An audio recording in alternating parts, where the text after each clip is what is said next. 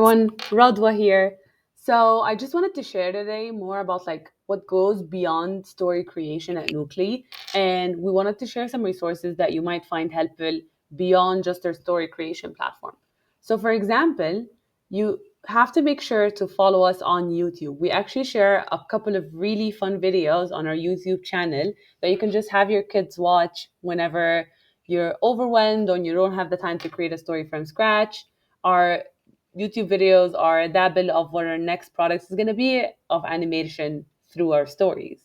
And then another thing is you can actually subscribe to our newsletter, which where we send weekly stories for you in your inbox, and you don't have to worry again about creating a story because you're going to get it. You can read it with your child at home or in a setting of a clinic or a school, and it's just something you can share. And then obviously follow us on social media like TikTok and Instagram where you can find us.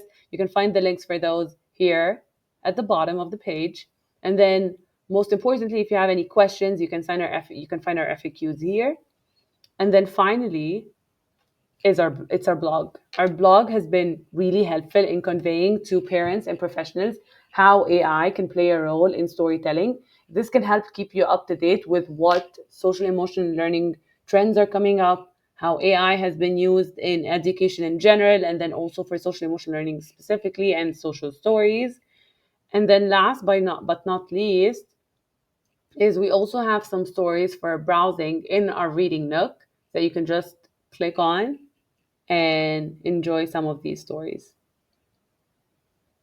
So, thank you again so much and happy storytelling.